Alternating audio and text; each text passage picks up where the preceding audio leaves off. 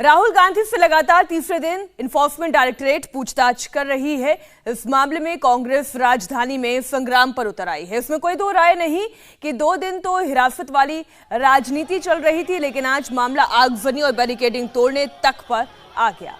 Akbar road के पास टायरों में आग लगा दी गई, हंगामा मचा। कांग्रेस के कार्यकर्ता सुबह से मोर्चे पर उतर आए थे। पुलिस से उनकी जोरदार भिड़ंत भी हुई। ये बवाल और प्रदर्शन राहुल गांधी के समर्थन में किया गया। कांग्रेस प्रदर्शन के जरिए राहुल के लिए शक्ति प्रदर्शन कर रही है, ये तो सभी जानते हैं, लेकिन आज से बवाल एक कदम और आगे बढ़ते हुए गाली गलौज तक पहुंच गया। नागपुर के एक नेता ने 13 जून को भीड़ इकट्ठा की, मंच पर कांग्रेस कार्यकर्ताओं को बिठाया, जबरदस्त भाषणबाजी करने लगे और इस दौरान उन्होंने मर्यादाओं को भी तोड़ दिया। सीधे सीधे प्रधानमंत्री मोदी को गाली दे दी। शेख हुसैन ने प्रधानमंत्री के खिलाफ आपत्तिजनक बयान दिए। हम आज मुकाबला में इस पर चर्चा करेंगे कि क्या किसी भी कानूनी कार्रवाई को गंदी बयानबाजी के जरिए क्या लड़ाई का एक मोहरा, लड़ाई का एक हथियार बनाया जा सकता है। क्या गाली गलौज पर उतर आएंगे कांग्रेस के नेता? क्या यही कांग्रेस का सत्याग्रह का तरीका है जिसने आज दिल्ली की सड़कों को आग की लपटों में झोंक दिया? इससे पहले मैं आपको शेख हुसैन का वो बयान दिखाती हूं जिसमें उन्होंने प्रधानमंत्री मोदी को टारगेट किया। बड़ी तादाद में लोग यहाँ पर है, ये तो कुछ नहीं है। अगर जरा सा भी कुछ हो जाएगा, पूरे नागपुर, पूरे विदर्भ, पूरा महाराष्ट्र इस सोनिया गांधी और राहुल गांधी के पीछे खड़ा हुआ है। अगर उनके बाल को भी जरा सा धक्का लगेगा तो इस देश के अंदर में अंगार लग जाएगी, इस देश को ये बर्बाद हो जाएगा।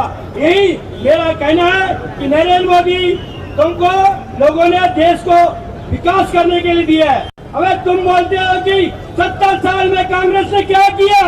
अरे जो 70 साल में कांग्रेस ने किया है उसी को बेचकर तुम देश चला रहे हो। तुम कुछ कर नहीं रहे, जहाँ तुमने देश को बेचने का काम किया है। इसलिए नरेंद्र मोदी अभी भी अकल में आ जाओ और लोगों के, गरीबों के, आदिवासियों के, तमाम अल्पसंख्यकों के जो काम करना है। आज नागपुर से हिंदुस्तान में बेरोजगारी बढ़ रही है, उनको रोजगार देने का काम करो। किसानों की समस्या हल करने का काम करो।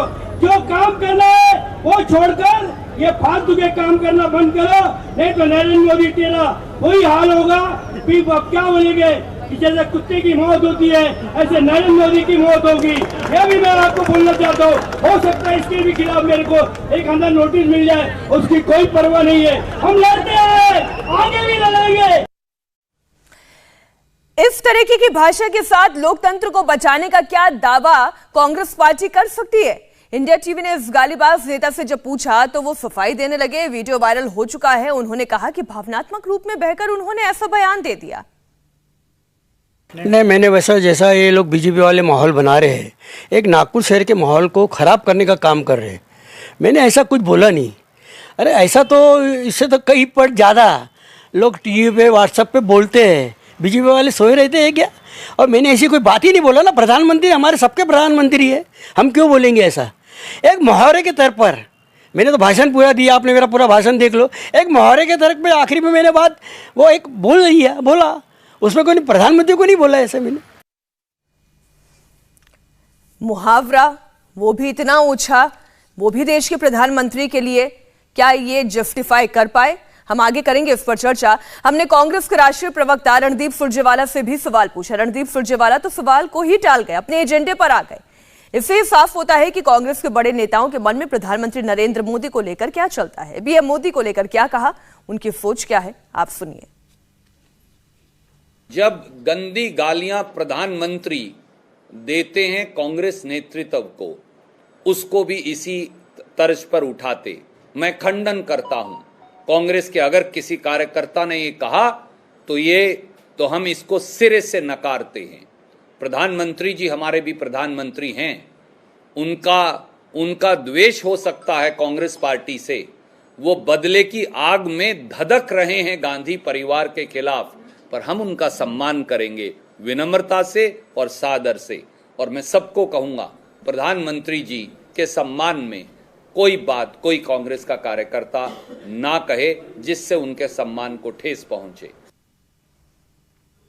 कंडेम भी कर देते, लेकिन चलिए कोई बात नहीं। हम चर्चा में सुधांशु त्रिवेदी जी और अलका लांबा जी का स्वागत करते हैं। अब चर्चा उन्हीं से करते हैं कि क्या इस तरीके का बयान दिया जाना चाहिए था, और अगर ऐसा बयान दिया गया तो गलती किसकी है? बहुत स्वागत है सुधांशु त्रिवेदी जी आपका। भारतीय जनता पार्टी की ओर से आप पक्ष रखेंगे, कांग्रेस पार्टी की ओर से अलका लांबा हमारे साथ जुड़ गए। बहुत स्वागत अलका लांबा जी आपका। मैं शुरुआत आप ही से करती हूँ। धन्यवाद मीनाक्षी जी। आज दिल्ली की सड़कों पर चिंगारी भी दिखाई दी, आग भी दिखाई दी, लेकिन सबसे ज्यादा अफसोसनाक तो वो बयान है जो शेख साहब के मुंह से हमने सुना। इस तरीके का ओछा मुहावरा, वो भी देश के प्रधानमंत्री के लिए। मीनाक्षी जी, मैं आपके और आपके चैनल का धन्यवाद करती हूं कि नागपुर के जो भी नेता उन्होंने जो कहा, उसके बाद आपने राष्ट्रीय प्रवक्ता हमारे महासचिव प्रभारी रणदीप सिंह सुरजेवाला जी का भी बयान आपने जनता को दिखाया कि बिल्कुल कांग्रेस इस तरह की बयान से बिल्कुल इत्तेफाक नहीं रखती है, ठीक है ना, और ना ही उससे हम सहमत है और ऐसा नहीं होना चाहिए, उन्होंने कहा। लेकिन उन्होंने बहुत कुछ पहले भी कहा। उन्होंने बेरोजगारी का मुद्दा उठाया, उन्होंने अल्पसंख्यकों पर देश पर होते हुए लगातार हमले को उठाया, उन्होंने महंगाई और बेरोजगारी जैसे मुद्दे, गिरती अर्थव्यवस्था, बहुत कुछ बोला। उन्होंने कुछ नहीं सुना, ना सरकार ने न मीडिया ने एक शब्द, जिससे कांग्रेस के प्रवक्ता रणदीप सुरजेवाला जी ने कांग्रेस का स्टैंड साफ कर दिया। वो प्रधानमंत्री सबके हैं, लेकिन सोनिया गांधी कांग्रेस की राष्ट्रीय अध्यक्षा महिला है, उनको लेकर किस तरह की टिप्पणियां की हैं, अगर नहीं है तो मैं आपको भेजती हूं, अगर आप चलाएंगी तो, कि संबित पात्रा से लेकर भाटिया तक इटालियन जर्सी गाय, पता नहीं क्या बार, ये वो गर्ल।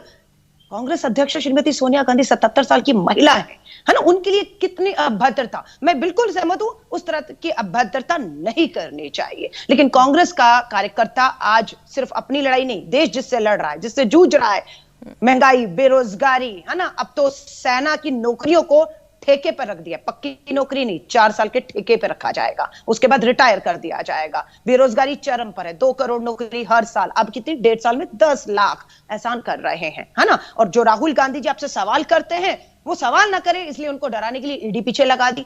अब ईडी से वो डरते तो है नहीं, तीसरा दिन है, लगातार सवाल हो रहे हैं, जवाब दे रहे हैं, 30 दिन और बुला लीजिए, जितने सवाल करने हो करा लीजिए। लेकिन एक मीनाक्षी बड़ी अजीब सी बात सामने आई कि बंद कमरे में ईडी के अधिकारी और राहुल जी हैं। राहुल जी सुबह कांग्रेस ऑफिस में आए, क्या पूछताछ हो रही है हमें बताया, मुस्कुराते हुए कहा डरना नहीं है, लड़ेंगे और जीतेंगे। लेकिन बीजेपी के प्रवक्ताओं को कौन बता रहा है, नेताओं को, कि बंद कमरे में ईडी क्या सवाल कर रहा है? या तो वह सवाल पीएमओ से आ रहे हैं, भाजपा के मुख्यालय से आ रहे हैं, या ईडी का कोई अधिकारी मिला हुआ है राजेश्वर सिंह की तरह, जो अभी ईडी की छोड़कर नौकरी 11 साल बची थी, बीजेपी के मंत्री हो गए, उत्तर प्रदेश में चुनाव लड़ लिया बीजेपी की टिकट पर।